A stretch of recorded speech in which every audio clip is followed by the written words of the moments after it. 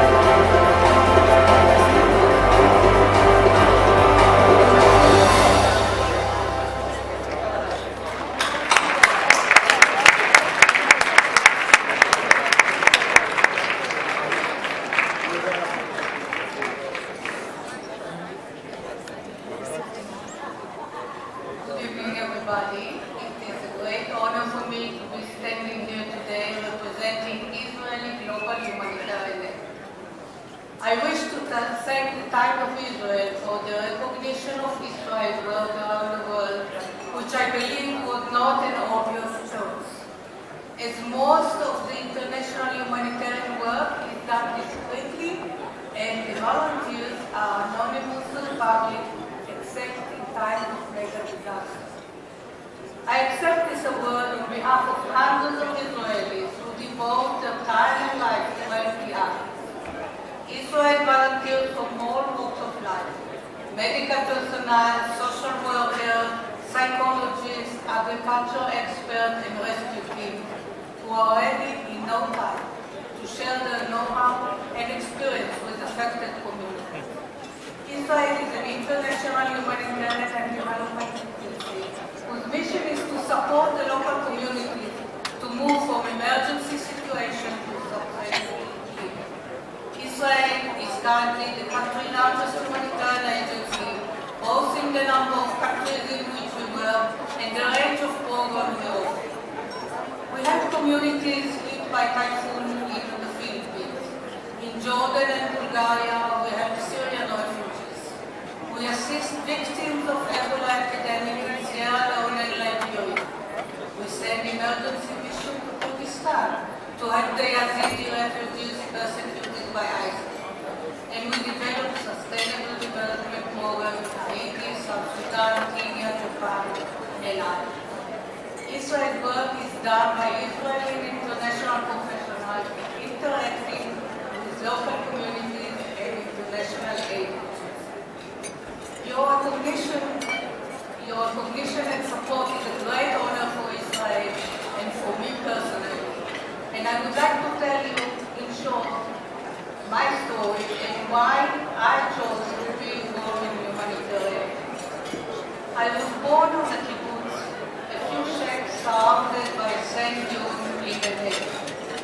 I was born to a mother and father without family and to people without a state. I was born in a place where Arevut Hadadit, which is the term that means in Hebrew solidarity or mutual responsibility, was not only the order of the day, but also a way of life and a defining trait. Throughout my life, I have witnessed with sorrow how the nation was built, how it became strong and vibrant. Just a few decades later, I feel that there is a responsibility, so to speak, it lies within the realm of our responsibility for our fellow humans. That is the source of power that helps the little community in the far corner of the Negev, where I was born, flourish.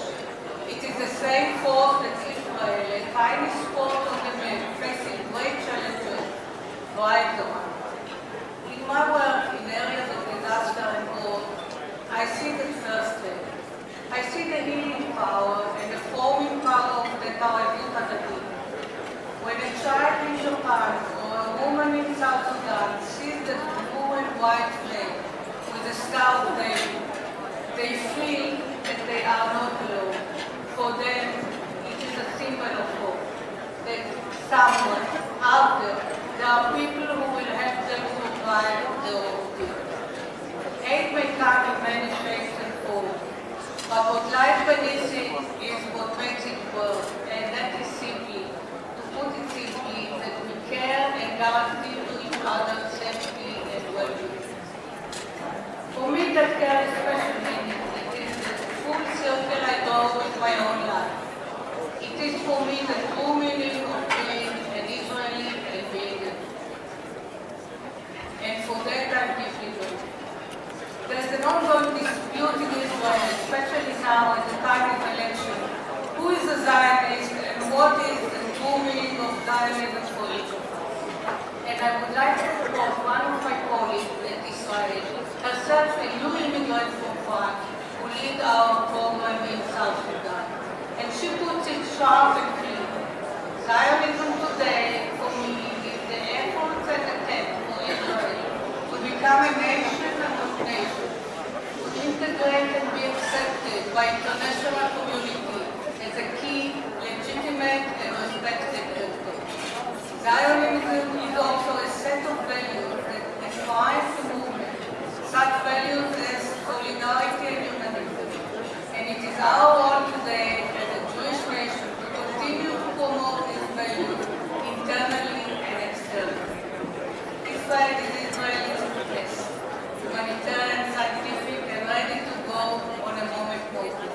Israel is smart, compassionate, and dedicated to this mission. Thank you very much. Yeah!